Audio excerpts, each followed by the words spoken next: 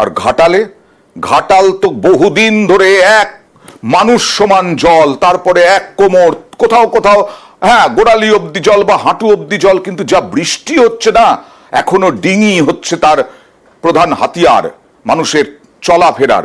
দেখছেন সেই ছবি, ডিঙি চলছে ঘাটালে, কারণ যেভাবে বৃষ্টি হচ্ছে, ভারী বৃষ্টির পূর্বাভাস। আজকে বৃহস্পতিবার, কালকে শুক্রবারও ভারী বৃষ্টির পূর্বাভাস রয়েছে দক্ষিণবঙ্গের বিভিন্ন জেলা জুড়ে। আর সেখানেই তো এদের একেবারে আশঙ্কা, খাবার জল সেটাও তো মিলছে না। সকাল থেকে এখানে ঘাটালে ভারী বৃষ্টি হচ্ছে, সেই ভারী বৃষ্টিতেই সিঁদুরে মেঘ দেখছেন ঘাটালবাসী। আর তারপরে যদি আবার ডিভিসি জল ছাড়ে তাহলে কি হবে ভেবেই পাচ্ছেন না। কথা বলবো প্রতিনিধি সুকান্তর সঙ্গে। সুকান্ত, এখনো কি মুষলধারায় বৃষ্টি হয়েই চলেছে?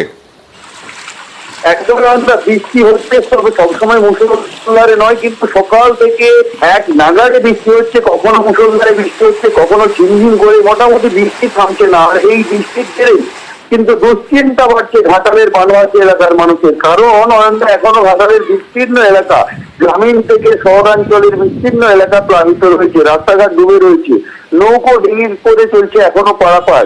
এই সবেমাত্র কিছু মানুষ যারা ত্রাণ শিবিরে আশ্রয় নিয়েছিলেন, তারা কিন্তু বাড়ি গুছিয়ে বাড়ির পথে তারা কিন্তু পৌঁছেছেন। কিন্তু তার মাঝে এই আবার বৃষ্টি, তাতে কিন্তু দুশ্চিন্তা বাড়াচ্ছে। তারপরে জলঘাট থেকে জল ছেড়েছে, সেই জলও এসে পৌঁছবে। তাই এখন বানবাসী মানুষ ভাবছেন যে হয়তো আবারও জল বাড়বে। মানে এরকম চিন্তা, এরকম আশঙ্কা যে পুজোর সময়ও ত্রাণ শিবিরে কাটাতে হবে না তো। দেখুন,